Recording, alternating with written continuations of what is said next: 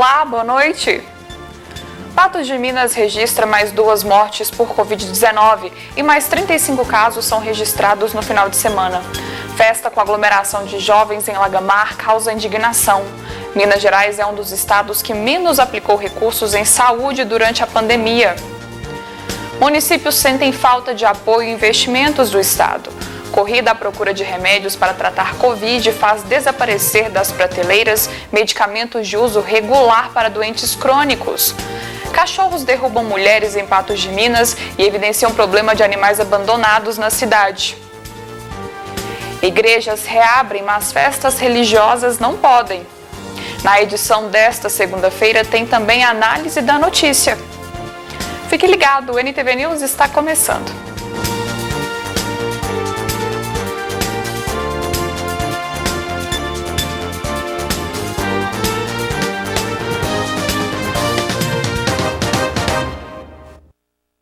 Nesta segunda-feira, 2 senhoras foram derrubadas por cachorros de rua próximo ao mercado municipal. A situação evidencia o problema de animais abandonados na cidade. O repórter Rafael Ribeiro conta como foi. Esse atropelamento inusitado aconteceu aqui em frente ao Mercado Municipal de Patos de Minas e foi registrada por essa câmera de segurança. As 2 senhoras atravessavam aqui a rua fora da faixa de pedestres quando literalmente foram atropeladas pelos 2 doguinhos que vinham correndo aqui pela rua. Ninguém sabe se os cães estavam brigando ou brincando. Fato é que as senhoras ficaram no chão, mas graças ao apoio de uma policial militar, já que aqui tem uma van da Polícia Militar, ofereceu todo o suporte para as senhoras, elas foram levantadas aqui e depois elas foram embora. E nós perguntamos às pessoas aqui o que teria acontecido, se elas machucaram, o que houve com elas e a idade até dessas mulheres. Foi relatado que as 2 têm mais de 60 anos, então são idosas, que isso não só acontece com os pedestres, né? Mas também acontecem com os motociclistas, os motoqueiros. Os doguinhos vêm correndo, né, sem maldade nenhuma para latir aí para esses motociclistas. É normal e deve-se ter muita atenção para não acabar aí nessa situação. Poderia ter se machucado essas 2 senhoras, infelizmente elas não se machucaram e não precisaram ser levadas para o hospital. As imagens do Gustavo Brito, Rafael Ribeiro, direto para o jornalismo da NTV. Na noite desta segunda-feira, a Polícia Militar apreendeu maconha e mais de R$2.000 com um jovem em Patos de Minas. O repórter Matheus Borges tem mais informações. Boa noite, Matheus. Boa noite, Jéssica Andrade. Boa noite para você que está acompanhando o NTV News. Olha só, essa apreensão de drogas e também de dinheiro aconteceu no bairro Pisolato, aqui em Patos de Minas, na rua José de Assis Ribeiro, antiga rua 13 do bairro. Ao meu lado já está o sargento Alair, que vai nos trazer mais informações sobre essa ocorrência. Sargento, uma boa noite para o senhor. Como que aconteceu a prisão desse homem de 23 anos, identificado como Ítalo Henrique da Silva Souza? É um trabalho aí da polícia em parceria com a comunidade. E nos reportou aí a denúncia de que essa casa, esse indivíduo aí estaria traficando drogas, vendendo drogas no local. De posse do endereço, nós conseguimos identificar o proprietário da residência e deslocamos e fizemos a abordagem do indivíduo. Quando o abordamos, já localizamos com ele uma buchinha de maconha e com o apoio aí dos cães farejadores, foi localizado debaixo da geladeira a balança de precisão e aqueles 2 tabletes de maconha. Além de ter sido localizado uma faca que ele usava para cortar a droga. Além de toda essa apreensão, também houve a apreensão de dinheiro, não é? Mais de R$2.000, R$2.540. Sim, foi localizado no quarto dele, mais de R$2.000. Segundo ele, recebeu isso aí, que estava desempregado, mas recebeu esse dinheiro. A gente fez a apreensão e vai passar aí ao delegado para ver se vai ter ligação com o tráfico ou se ele tiver comprovação, posteriormente é feita a restituição. Sargento, o Ítalo, ele já é conhecido da polícia, é a primeira passagem dele? Ele é conhecido da polícia, já foi preso outras vezes, inclusive pelo mesmo crime de tráfico. Um trabalho muito bem feito da Polícia Militar aqui em Patos de Minas. Olha, a Polícia Militar ela tem trabalhado muito com a comunidade aqui em Patos. Toda a informação que é nos reportada, que é nos passada, nós fazemos a checagem, esperamos o momento oportuno, faz a abordagem para ver se realmente confirma ou não. Em caso de confirmação como essa, é feita a ocorrência policial e entregue à delegacia. Se caso não, faz um documento interno e deixa arquivado. Muito obrigado, sargento, pelas informações e participação aqui no NTV News. Então é isso, Jéssica Andrade, essa apreensão e prisão desse homem de 23 anos no início da noite aqui em Patos de Minas. Matheus Borges para o NTV News. Vítimas de crimes domésticos estão cada vez mais amparadas por programas que facilitam a comunicação e a ação da polícia. A ordem é não se calar em hipótese alguma. O Estado vem criando diversos mecanismos que auxiliam as vítimas em notificações de crimes como a violência doméstica. Segundo o Dr. Flávio Henrique, delegado regional interino, em decorrência dessa facilidade de acesso com a polícia, os números de crimes dessa natureza vêm a diminuir. Os números de violência contra a mulher, em que pese aí muitos estarem vivendo aí um isolamento social em razão da pandemia, eles sofreram uma significativa redução. E a preocupação do Estado é que, às vezes, essa redução poderia estar aliada a uma maior dificuldade de notificação de uma possível violência doméstica às autoridades e aos órgãos de segurança pública. Mas o Estado criou vários mecanismos que permitem às vítimas terem essa notificação. A Polícia Civil de Minas Gerais criou o aplicativo MG Mulher, mais conhecido como Salve Maria, que oferece a opção denúncia, por meio do qual terceiros podem acionar a Polícia Militar diante de situações de violência, ao emitirem um alerta com a localização geográfica para que os policiais verifiquem a ocorrência. É um aplicativo que nós precisamos de divulgar a todas as mulheres da região de Minas Gerais, do estado de Minas Gerais, e principalmente aqui da nossa região de Patos de Minas, que é um aplicativo que contém várias informações que as vítimas, as mulheres, não necessariamente devem baixar esse aplicativo quando forem vítimas de alguma agressão ou de alguma violência doméstica, mas também baixar esse aplicativo para obter informações, esclarecimentos necessários e medidas que deverão ser tomadas se por acaso virem a ser vítimas de alguma violência doméstica no ambiente familiar. Segundo o Dr. Flávio, durante a pandemia de coronavírus, o contato da vítima com a polícia tem sido mais frequente presencial do que através de aplicativos, mas ele ressalta que o acesso ao meio virtual tem a mesma eficácia que pessoalmente na polícia. O contato, mesmo nesse período de pandemia, ele ocorre de uma forma mais frequente sendo presencial aqui. Nós não encerramos, nós não diminuímos o nosso trabalho durante a pandemia, seja a Polícia Militar, seja a Polícia Civil. Nós mantivemos realmente trabalhando, é claro que todas as cautelas necessárias no sentido da propagação do vírus, né? Mas a demanda maior é presencialmente. Mas aquela demanda que é feita pela delegacia virtual, ela tem a mesma celeridade, as mesmas providências com a agilidade necessária que a legislação requer. Ele ainda reforça que o trabalho da Polícia Militar tem sido muito importante no combate a crimes domésticos. Tem feito um trabalho muito bom que lançou realmente uma patrulha de prevenção à violência doméstica. Essa patrulha, ela conseguiu realmente diminuir e muito os números de violência doméstica, está monitorando os casos de violência doméstica, seja com contatos com as vítimas e também com os agressores, verificando se realmente não está ocorrendo reincidência nesse tipo de crime e verificando também se as medidas impostas pelo Poder Judiciário, principalmente no sentido das medidas protetivas, estão devidamente sendo cumpridas. O delegado falou também sobre outro programa lançado pelo governo federal que consiste em notificações das vítimas em farmácias. A vítima que chegar numa farmácia para ser atendida, se ela mostrar a palma da mão com um X vermelho, ela automaticamente, aquela farmácia que já esteja conveniada com esse programa, vai adotar todas as medidas no sentido de acionar a Polícia Militar para atender uma possível agressão que aquela vítima esteja sofrendo. E precisa de ajuda. A seguir, a gente mostra que diminui a quantidade de remédios para gripes e resfriados em farmácia. E em contrapartida, medicamentos usados contra a Covid faz desaparecer remédios de uso regular para doentes crônicos.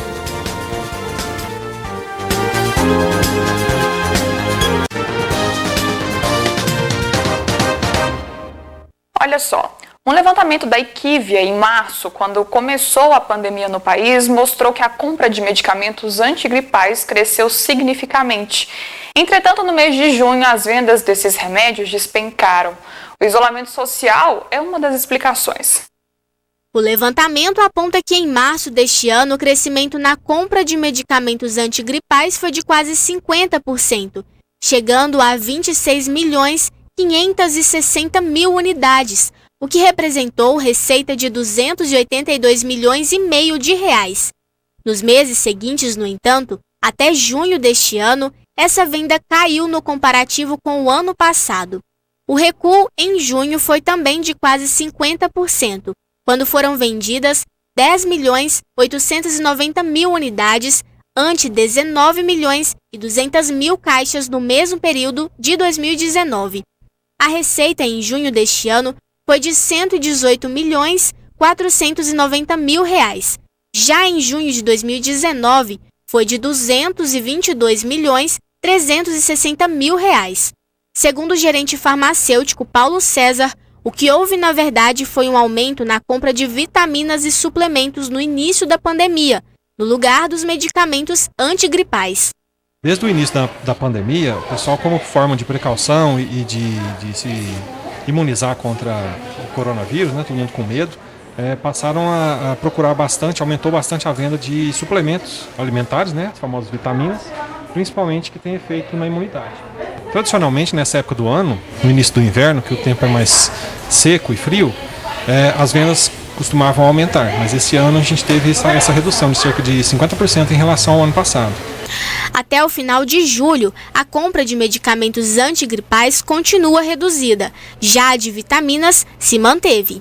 O aumento das vendas de vitaminas com a pandemia, ele se tornou contínuo, até porque a pessoa às vezes acaba a vitamina que ela comprou mês passado, mês seguinte ela retorna para adquirir uma nova caixa do produto. As mais vendidas, por exemplo, são a vitamina C, tradicionalmente usada, e polivitamínicos específicos para aumentar a imunidade, principalmente à base de zinco, vitamina D e vitamina C. Uma das justificativas para essa mudança no comportamento dos consumidores, na visão da alergista e imunologista Desirê Vinhal, é o fato de estarmos em isolamento social.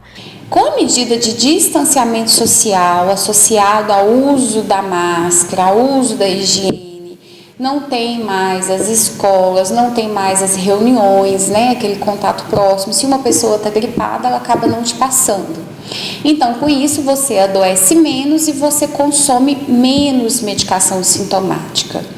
Então, acaba que esse produto tem sido menos procurado por isso.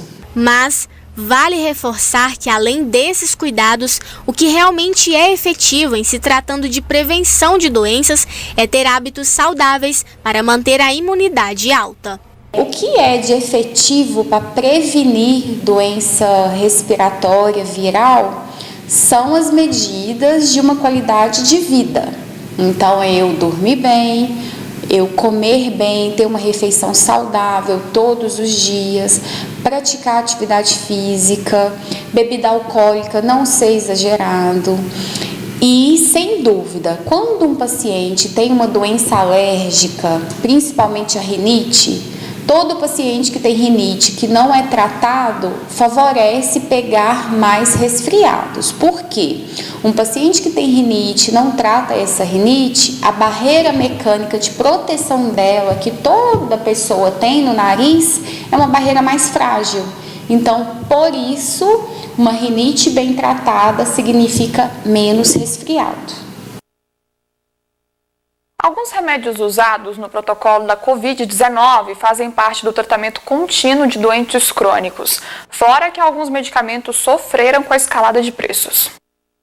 O hidroxicloroquina é indicado para o tratamento de muitas doenças reumatológicas, mas devido à pandemia de coronavírus e à fama que está ganhando para o seu tratamento, a falta desse medicamento nas farmácias está complicando processos médicos relacionados a outras doenças importantes. Ela é uma medicação muito utilizada na prática clínica do reumatologista. É uma medicação de suma importância para o tratamento de várias doenças reumáticas. Dentre elas, as principais doenças reumáticas são o lúpus eritematoso sistêmico, o lúpus cutâneo, que é o lúpus que vai atingir somente a pele, a artrite reumatoide e outras doenças como a síndrome de Sjögren e a síndrome do anticorpo antifosfolípide. Os nossos pacientes são extremamente dependentes dessa medicação. Nós sabemos que o paciente com lúpus vai tomar essa medicação se não tiver contraindicação pelo resto da vida. E a falta dele pode causar reativação da doença, seja reativação na pele, seja reativação em um órgão interno. Então é muito mesmo perigoso o paciente com as doenças reumatológicas ficarem sem a medicação. Em relação à artrite reumatoide, a falta da hidroxicloroquina também pode reativar uma doença que estava quietinha ali, em remissão, e o paciente começar a ter dor articular, inchaço nas articulações, sendo muito prejudicial para esses pacientes. Dona Helena Maria de Jesus faz o uso do medicamento há 3 anos e antes comprava com receita pelo preço na faixa de R$ 85. Mas agora está tendo muita dificuldade para encontrar o remédio. No mês passado, quando conseguiu encontrar, estava na faixa de R$ 480. Ela não comprou porque não consegue pagar esse valor todo mês e já tentou conseguir o remédio pelo Estado, mas foi informada de que também está em falta. Eu preciso do medicamento. Eu tenho 3 anos que eu uso ele para reumatismo no sangue. E aí não está encontrando, e quando encontrou foi desse preço, 485. Falei, nem rico não dá conta num trem desse. É uma caixinha por mês, que toma um comprimido por dia. Todo dia depois do almoço toma um. Aí é um por dia, aí 30 comprimidos dá para 30 dias. O hidroxicloroquina não pode mais ser vendido sem a receita médica, mas a doutora Renata ressalta sobre os riscos que as pessoas que fizeram o uso desse medicamento sem prescrição de um médico correram. Nós sabemos que a hidroxicloroquina é uma medicação muito segura na prática do reumatologista. A gente sabe que as doses utilizadas para as doenças reumatológicas não são as mesmas utilizadas nos testes aí para o coronavírus. Então, o paciente que toma essa medicação sem uma prescrição médica, correram alguns riscos muito falados aí na mídia, em riscos cardíacos e tudo mais. Mas sabemos que na prática clínica do reumatologista é uma medicação muito segura. Existem os riscos, sim, principalmente o risco de impregnação em retina, fazer uma retinopatia pelo uso da cloroquina, mas a gente sabe que isso é um evento muito raro, um evento aí a longo prazo, tá? A gente vai ter uma porcentagem muito pequena desses riscos, mas quando o paciente usa aí por mais que 20 anos, tá? Outro fator muito comentado, que foi a arritmia cardíaca, né, pela cloroquina. A gente sabe que isso é muito dependente da dose, da idade do paciente, se o paciente tem uma insuficiência renal ou não, ou se ele já tem uma patologia cardíaca prévia. Daqui a pouco a gente fala que comportamento de jovens faz crescer casos de Covid entre as pessoas. E igrejas reabrem em Patos de Minas, mas festas religiosas não podem.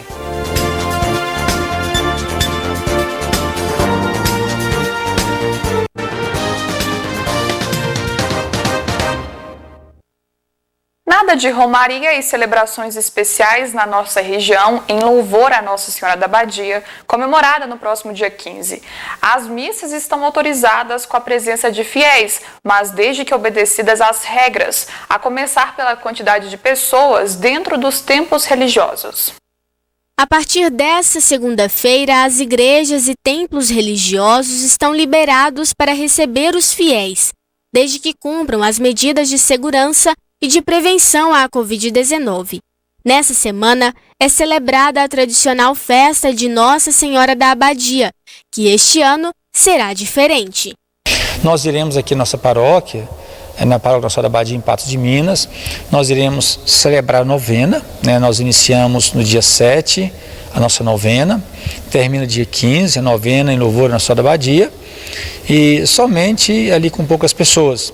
Então, como isso vai acontecer? As pessoas têm que fazer o agendamento, ligar no escritório, pegar a senha para estar participando, porque nós podemos participar, podemos celebrar com apenas 30% da nossa capacidade. Nós vamos conferir também a temperatura, né, das pessoas, vamos colocar álcool em gel na porta da igreja, vamos colocar um tapete também com produto para as pessoas higienizar o sapato. Então, as precauções que nós temos que tomar: assentar no banco. Se for família, pode assentar o que couber no banco. Se não for família, 2 pessoas no banco, né? Banco sim, banco não. Então são orientações que nós temos que cumprir. A presença dos fiéis na igreja deve passar antes pelo agendamento, que pode ser feito por meio do telefone na tela. Além disso, também no último dia de novena, para celebrar a Nossa Senhora da Abadia, os fiéis poderão participar de uma carreata e receber a bênção do padre na porta da igreja. No dia 15, nós teremos 4 celebrações. Abrimos mais celebrações para que mais pessoas podem participar, né? Nós temos a primeira celebração às 6 horas da manhã, 8 horas, 10 horas e depois às 16 horas. Depois da celebração das 16 horas, o último dia da novena, nós vamos ter a carreata com Nossa Senhora da Abadia, né? A imagem de Nossa Senhora da Abadia pelas ruas da nossa paróquia. E também, assim que nós chegarmos depois da carreata, aqui na porta da igreja, também eu vou estar com água benta na esquina para abençoar as famílias que estão nos carros, né? Então, aquelas pessoas que quiserem. Não vai ter aglomeração porque vai estar no seu carro, né? Se está no carro é a família, já estão convivendo juntos mesmo. Então, as pessoas vão passando, né, sem parar o carro, e eu vou abençoando com água benta a bênção de Nossa Senhora da Abadia, abençoando os lares das famílias. Sem romaria, também não haverá fiscalizações nas rodovias, como de costume, pela Polícia Rodoviária Federal. Entretanto, mesmo sem a realização das caminhadas e das festividades, há aqueles que optam por fazer o trajeto por conta própria. Para essas pessoas, algumas recomendações são necessárias. Estar bem consigo mesmo antes até de começar a romaria, né? Ver se tem condições para isso, que se alimente bem, que beba muita água ao longo do percurso. Como dicas de segurança aí, que opte por utilizar roupas claras, né? Para que garanta a visibilidade daquelas pessoas que vão passar por ela, os motoristas que transitam em sentido contrário.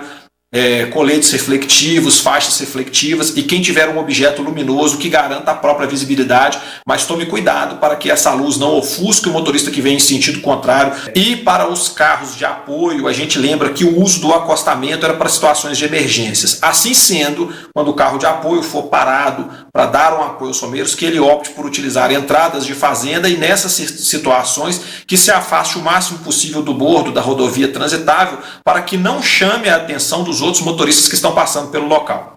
Então, romeiros, esse ano vocês devem triplicar e quadruplicar a atenção que normalmente vocês já dão à rodovia. No mais é isso, a Polícia Rodoviária Federal está à disposição de todos através do telefone 191 e para tirar todas as dúvidas. E uma boa romaria a todos. O percentual de infectados pela Covid tem aumentado entre os jovens. Quem tem entre 15 e 24 não está imune à doença e aos riscos. Os dados só mostram o que muitos já sabem. Muitos jovens não respeitam o isolamento social nesta pandemia. Em roça, sim, já. Já? Já saiu. Quantas farrinhas? Só uma até hoje. Não teve parcerias pra gente dar um rolê, pra gente... Se tivesse? Se tivesse, a gente ia na hora, com certeza. Segundo essa médica, que trabalha atendendo pacientes com a Covid-19, os jovens perderam o medo da doença, o que é bastante preocupante. Os jovens, desde o início da pandemia, eles ouviram muito que essa era uma doença que matava somente idosos, né? Então, eles nunca tiveram muito medo de se infectar e, na verdade, mal respeitavam as regras de distanciamento, uso de máscara, inclusive de não realização de festas, né? Das aglomerações. E isso prejudicou muito o pico, acho que não só na nossa cidade, mas no Brasil inteiro. Porque se, na verdade, as pessoas estivessem respeitando, usando a máscara, usando o álcool, e não aglomerando em festas e encontros assim, talvez o comércio poderia estar funcionando, cada um fazendo a sua parte, a gente com as atividades essenciais funcionando. Ela explica que, em sua maioria, os jovens não evoluem para a fase mais grave da doença, mas são vetores do vírus. Desde o início da pandemia, focou-se muito nos idosos, nas pessoas acima de 60 anos, que tinham comorbidades, que tinham mais chances de potencializar, agravar a doença e de ter óbito, né? Por isso, os jovens, eles perderam o medo dessa doença. Então, eles não levavam a sério como comigo não acontece nada, mas as pessoas são vetores, são transmissão, tá? Então, por mais que eles tenham menos chances de agravar, menos sintomas, e quando tem sintomas, eles têm sintomas mais leves, eles têm o vírus, eles têm a carga viral e eles têm o potencial de transmissão. Então, mesmo se eles não tiverem tanto comprometimento, eles podem levar esse vírus a infectar outras pessoas e agir como um agente da morte, porque ele não morre, mas ele carrega o vírus para alguém que pode ter o agravamento da doença e que pode morrer. Nos vídeos que circulam nas redes sociais, é possível notar que as duas mãos da avenida foram tomadas por carros de som. A curtição vai de contramão com as recomendações de prevenção contra a Covid-19. Segundo informações, os jovens ficaram mais de 1 hora no local. A festa regada à bebida e cheia de adolescentes aconteceu na cidade de João Pinheiro no mês passado. Além das festas clandestinas que aumentam a disseminação do vírus, o aumento da testagem nos jovens também fez aumentar os números. E olha que a testagem é muito abaixo do que recomenda a Organização Mundial da Saúde. Essa transmissão aumentada pode ter sido pelo aumento da testagem, que antes se testava pouco, então a gente tinha números menores, então quando você amplia a testagem, é lógico que você vai ter mais pessoas dando positivo, né?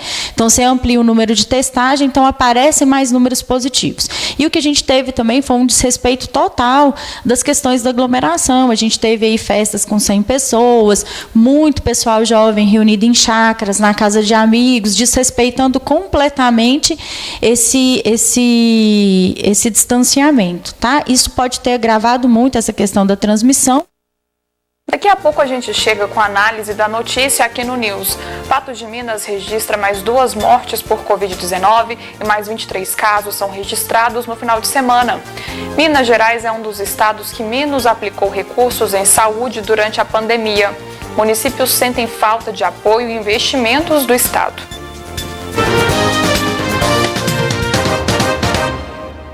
E agora é hora da análise da notícia aqui no NTV News. As principais reportagens de Patos de Minas e região comentadas.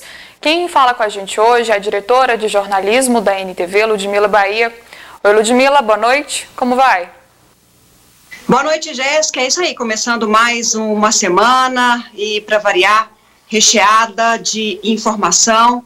Boa noite para todo mundo de casa que acompanha o NTV News, seja pelo nosso site ntv.tv.br, pelas redes sociais e também pelo canal 8.1.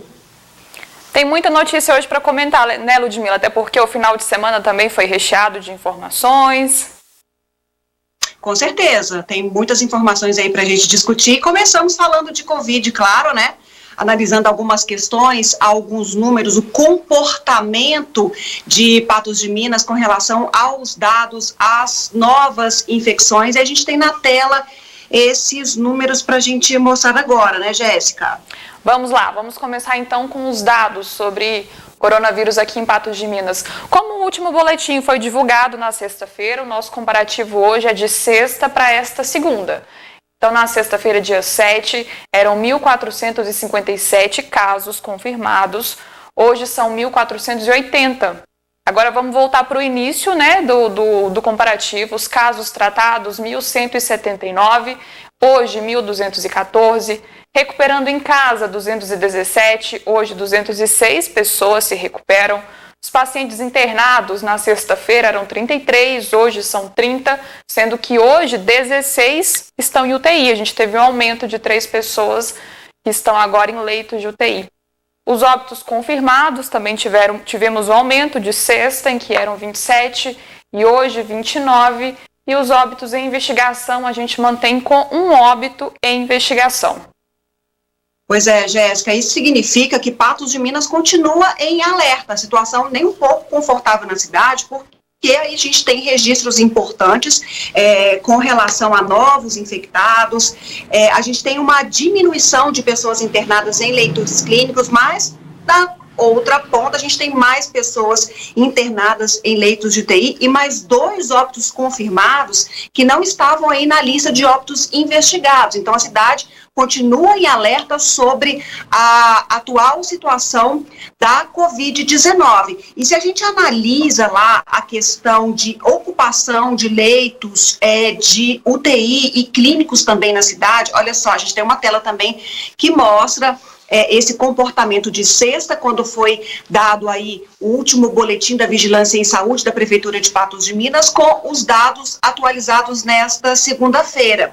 Quando a gente observa lá os leitos destinados aos doentes de Covid-19 em UTI, leitos públicos, 90% ocupados no município. Quando a gente vê números públicos e privados para leitos de Covid-19, já ultrapassou há muito limite, quase 130% nesta segunda-feira. Olha como é que estavam os números altos, principalmente quando a gente fala de UTI. Com relação a leitos clínicos, como a gente tem mais leitos disponíveis para receber esses doentes, até mesmo por conta da ativação do hospital de campanha, esses números são mais tranquilos. Esse percentual, essa taxa de ocupação está no momento mais tranquilo. Não há tanto problema com relação a leitos clínicos. Entretanto, leitos de UTI, a situação continua e muito complicada, principalmente por conta do percentual de ocupação. A gente percebe aí, aumenta 3 casos e olha como é que ficam os números em relação à taxa de ocupação. E isso é uma das coisas mais importantes, né, Ludmila? Afinal de contas, ter esses leitos disponíveis é o que dá mais segurança para a gente, né? Para que o comércio possa começar a voltar pouco a pouco, para que a gente volte a ter aquela normalidade de antes. É o que pode dar mais segurança. E para isso a gente precisa de investimentos, né? Pois é, mas o que a gente percebe hoje, assim, que a grande parte da economia, das atividades econômicas estão abertas. Alguns setores continuam fechados desde o início da pandemia até hoje, continuam não podendo realizar as suas atividades, até mesmo por conta de tentar aí controlar o crescimento de infecções, é o que diz o Estado com relação à deliberação 39, o Minas Consciente, até mesmo o que diz a deliberação 17, em que muitos municípios mineiros fizeram a opção. Mas o que a gente sabe muito bem, Jéssica, é que o que dita os números da Covid é justamente o comportamento de cada um. É como cada um se porta diante ao distanciamento, às medidas de prevenção e tudo mais. Na outra ponta, é o que a gente vem falando, os governos têm que fazer a parte deles, oferecendo à população condições satisfatórias de tratamento em saúde. Tem que ter leitos, tem que ter vagas, tem que ter pessoas, tem que ter equipes, tem que ter profissionais para dar condições de uma recuperação o mais pronta possível a essa pessoa. Porque como está o cenário apresentado não é nem um pouco favorável e com relação à gestão da saúde e também com relação ao comportamento de muitas pessoas. Foi o que a gente mostrou na sexta-feira aqui no NTV News, um formigueiro no centro de Patos de Minas. Sábado continuou da mesma forma. Será que todos estamos tomando as medidas certas, adequadas e preocupados com relação a essa prevenção à Covid-19? Essas são questões que devemos nos colocar e, claro, cobrar sim dos governantes agilidade. Porque a gente já falava isso também. Daqui a pouco, quando a gente tiver um hospital de campanha aqui em Patos de Minas em pleno funcionamento, será que vamos precisar realmente dessa unidade de tratamento? São questionamentos que a gente tem que fazer, tem que cobrar e tem que refletir a respeito. Esse ainda é nosso assunto. A gente vai ver agora, então, um conteúdo especial falando sobre esses investimentos. Vamos ver. Se Minas Gerais é o estado que menos investe em saúde no Brasil, com a aplicação de 1,9 bilhão de reais, que corresponde a 7,76% da Receita Corrente Líquida, a RCL, o que a cidade de Patos de Minas, que recebe a verba, consegue fazer com esse dinheiro? No primeiro semestre, o município teve dificuldade na gestão da saúde pública. O hospital de campanha demorou a ficar pronto. A testagem em massa ainda não aconteceu. Quem vai com suspeita de Covid-19 para a UPA tem que ter muita certeza do que está sentindo. Afinal, o paciente só terá direito a um teste rápido. Segundo o chefe do executivo, o Estado manda muito pouco para os municípios, um percentual de 15%. Segundo ele, mesmo assim, o dinheiro não supre todas as necessidades. A receita líquida não é o único dinheiro distribuído aos mais de 800 municípios mineiros. Hoje até nós pegamos uma notícia de circulação nacional, jornal de circulação nacional, de que o estado de Minas foi o estado que menos gastou, menos aplicou verba na área da saúde na pandemia Covid-19. Segundo esse levantamento, o estado de Minas gastou até agora apenas 7,2%, onde devia ter gastado 12%. Isso sacrifica os municípios, porque o dinheiro que vem do estado para a saúde é insuficiente para a gente gastar. Hoje, nós não recebemos um centavo em dinheiro destacado para a Covid-19 pelo governo do estado. Os municípios, normalmente, eles gastam são obrigados a gastar 15% da receita líquida na saúde e, normalmente, eles gastam 28% a 30%, que é o nosso caso ao longo dos anos. Não é só agora, não. O dinheiro da saúde, nos outros aspectos, está vindo do estado, não veio diretamente para a Covid. Por lei, cada estado deve aplicar no mínimo 12% da RCL em saúde por ano. 18 estados já destinaram esse percentual logo no primeiro semestre deste ano. A RCL é um somatório das receitas tributárias de um governo. São referentes a contribuições patrimoniais, industriais, agropecuárias e de serviços, concluindo os valores das transferências constitucionais. Tem as receitas próprias, que são IPTU, ISS, são a gente mesmo arrecada e gasta aqui. Tem as receitas que vêm do Estado, que o Estado arrecada o ICMS e divide lá proporcionalmente de conformidade para cada município. E tem o governo federal, que tem o Fundo de Participação do município, que é dividido de conformidade com o número de habitantes de cada município. Agora, além dessas receitas, nós temos aí alguns convênios que estão assinados, igual essa Lei 173 que eu citei, mas é tudo verba que vem direcionado. Mesmo com pouco dinheiro para investir em saúde e com o Patos de Minas indo e voltando de onda na montanha-russa do programa Minas Consciente, a flexibilização aconteceu depois de uma decisão judicial. José Eustáquio disse que não é contra o Minas Consciente e que não pretende sair do programa, mas não soube explicar o porquê da liminar. Ele apenas fez um apontamento, que uma cidade aqui da nossa macro-região, que é João Pinheiro, teria causado toda a regressão para a onda vermelha, a onda que nós estávamos antes de avançar para a onda amarela. Eu acho que uma coisa que pesou negativamente aqui com relação a nós foi o número de casos que surgiu em João Pinheiro, no presídio de João Pinheiro, cerca de 200 casos praticamente da noite para o dia. Então eu acho que isso pesou negativamente na avaliação que foi feita na nossa região. Volta às aulas, que seria mais um passo do município rumo à flexibilização, ainda não deve acontecer nos próximos meses, afirma o chefe do executivo. Não, com relação à volta às aulas aí, eu tenho a impressão que não tem uma programação feita ainda não, porque vai depender muito da evolução, é muito perigoso, a gente tem que ter cuidado, porque a criança vai para a escola, pode contaminar por lá e chega em casa para ter um avô, ter um pai que já são de mais idades e pode contaminar. Então, nós vamos voltar às aulas no momento em que tivermos segurança absoluta para não prejudicar a saúde da população. Então, Ludmila, qual que é a sua análise sobre esses investimentos, esses gastos em saúde, tanto feitos pelo Estado quanto pelo município?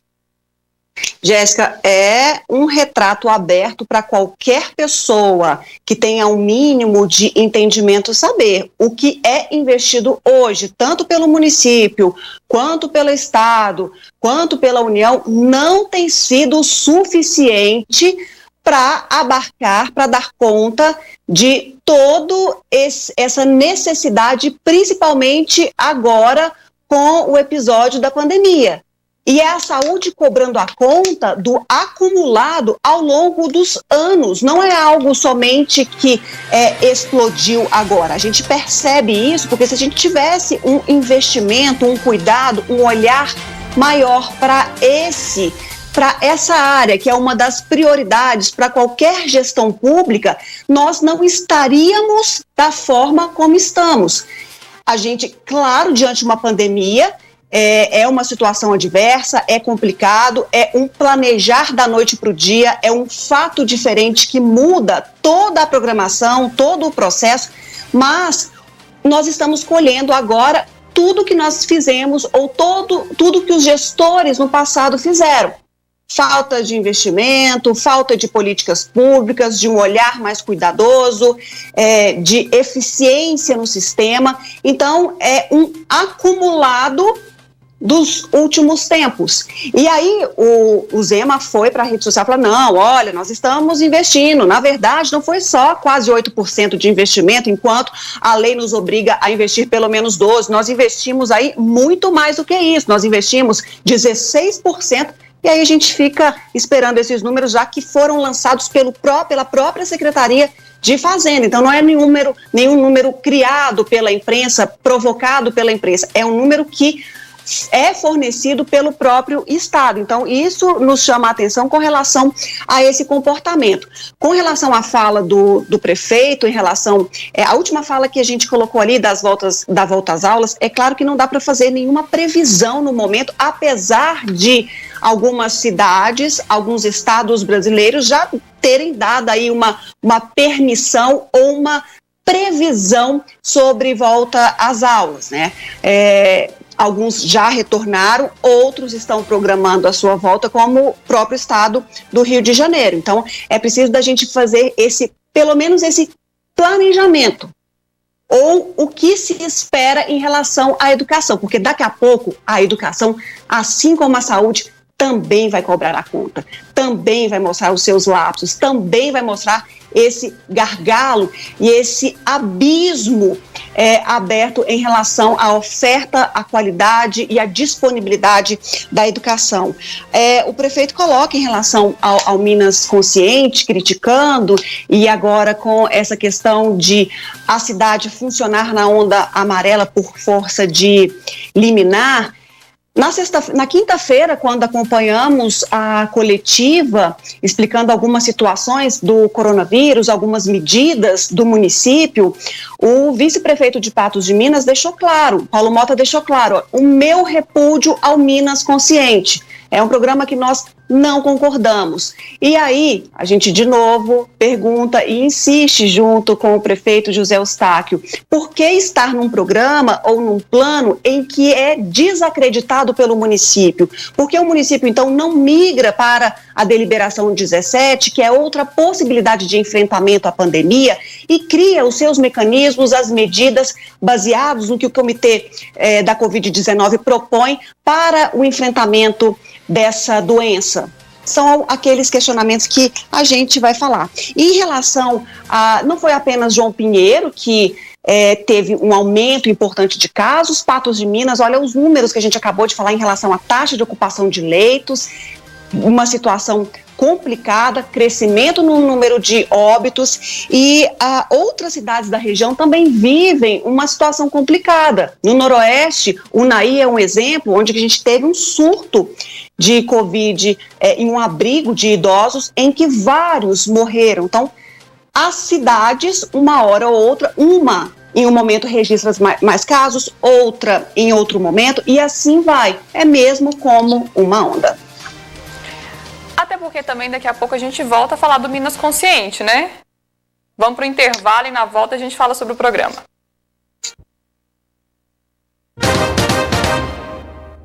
Estamos de volta com a NTV News e com a análise da notícia. Ludmila, não tem sido fácil acompanhar as mudanças do programa Minas Consciente, né? Cada dia é uma notícia diferente, volta atrás. E qual que é a notícia de hoje, a informação que a gente tem de hoje sobre esse programa, o Plano Minas Consciente? O plano efetivamente entrou em funcionamento nessa segunda fase, de modo mais simplificado, mas o governo chama a atenção principalmente para a flexibilização atrelada ao comportamento das pessoas, é o que a gente vai ver agora. Pela nova fase do Minas Consciente, muitas cidades mineiras migraram para a onda amarela, mas alguns órgãos fecharam totalmente as portas para a população. É o caso da CEMIG, que agora não fará atendimento presencial em nenhuma agência, seguindo o protocolo do plano. Quem precisar da companhia terá que acionar outros canais de atendimento, como a internet. Mas, sobre a retomada de atividades econômicas, muitas foram autorizadas na onda amarela. E os municípios terão que ficar nessa fase pelo menos 28 dias. E se não houver retrocessos, poderão até avançar. Mas isso vai depender do comportamento da sociedade.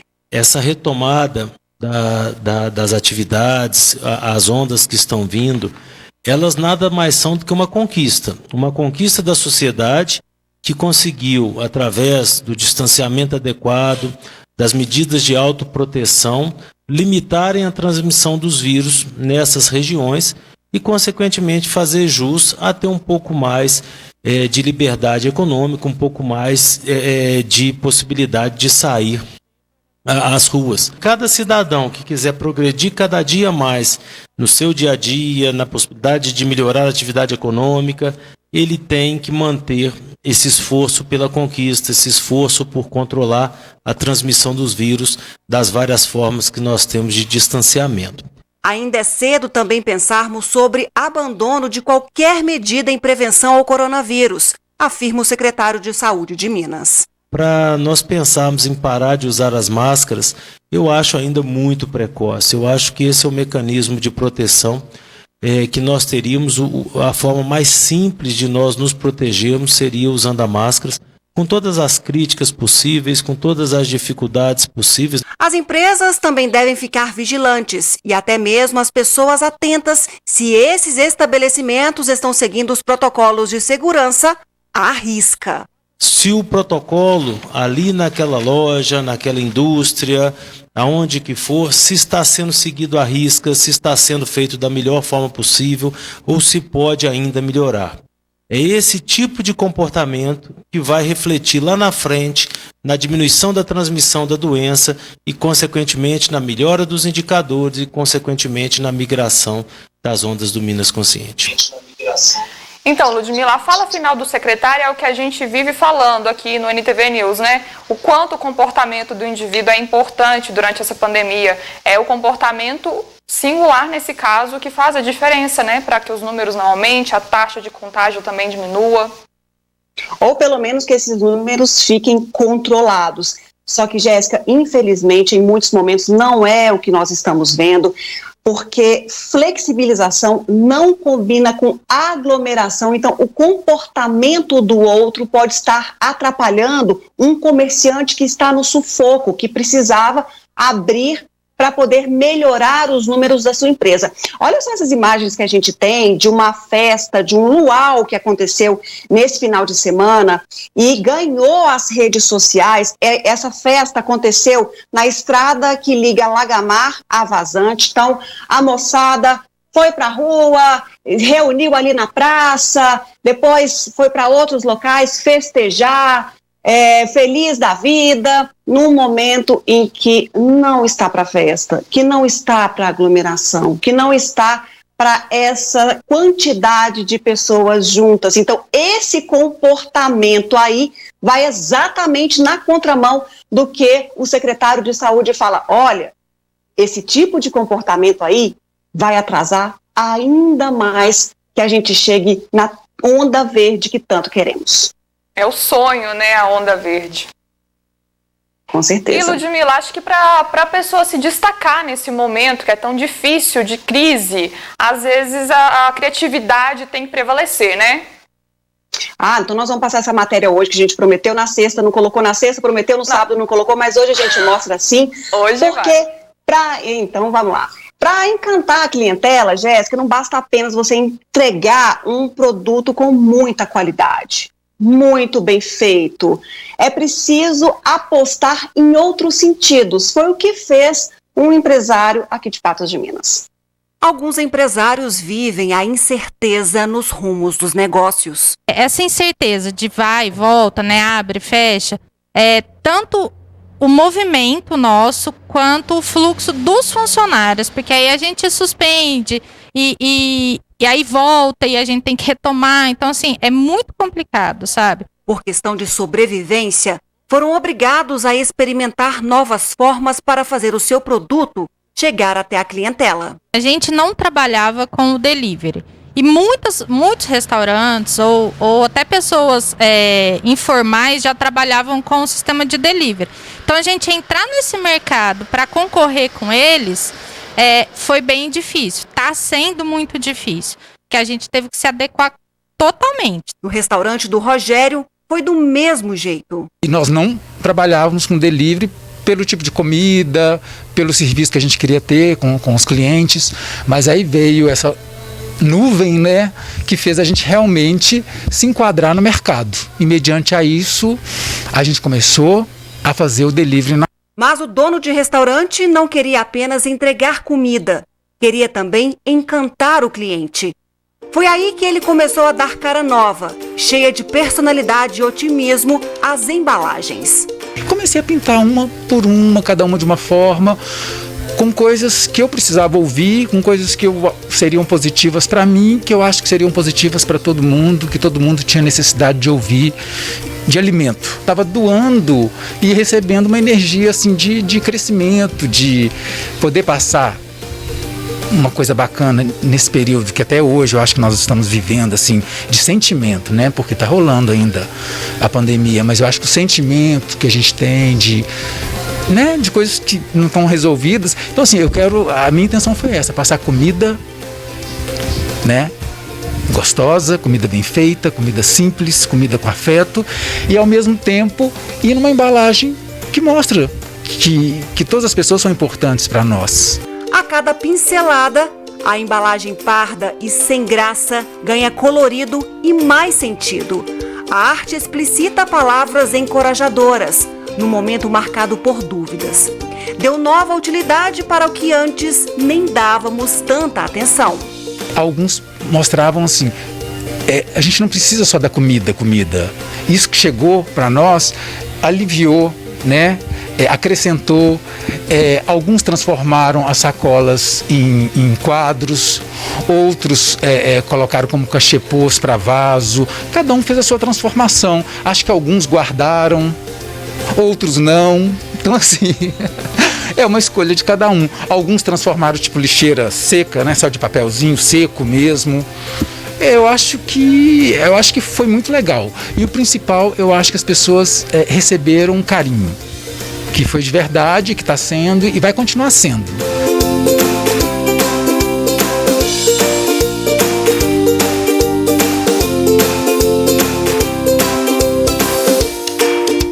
Bom, até eu ganhei uma sacola personalizada e com toda a certeza será muito bem utilizada, viu, Rogério?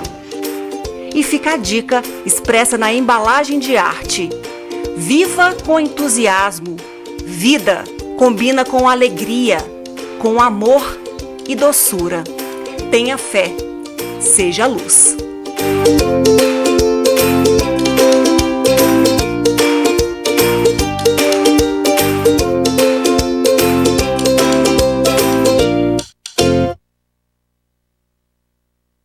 Ludmila, eu tenho pedido muitas refeições por delivery, mas confesso que nem essa ação desse restaurante me surpreendeu.